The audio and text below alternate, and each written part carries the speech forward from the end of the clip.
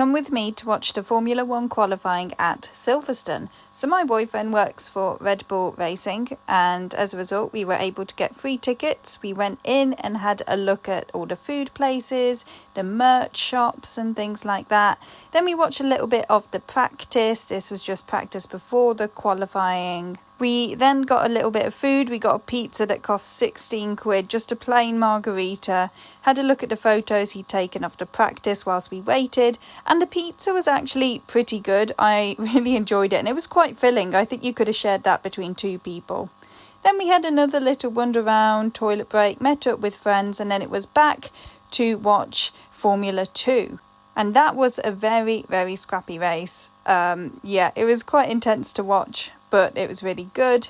Then we had to get a cup of tea because it was so cold and windy whilst we were there. I was frozen, I'm not going to lie. I had to tie my hair up. Then we had another little walk about, looking at all the shops and things like that. And then it was back for the actual qualifying race itself.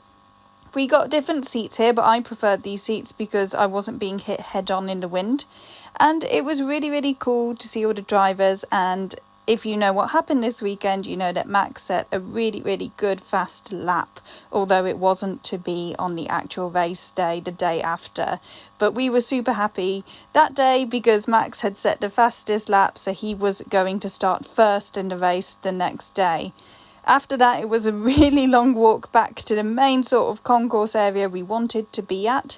So I think it took maybe 20 minutes. It was a lot of walking, but we were feeling such a buzz at that point, so we were super, super happy.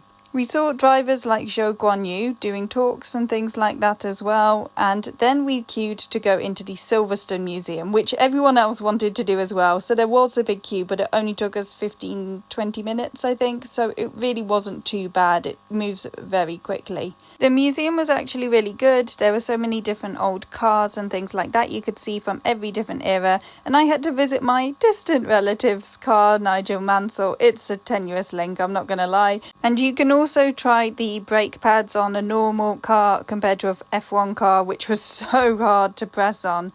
They had safety elements, engineering elements. It was really cool. Then we went back out. There were people parachuting for some reason. I have no clue.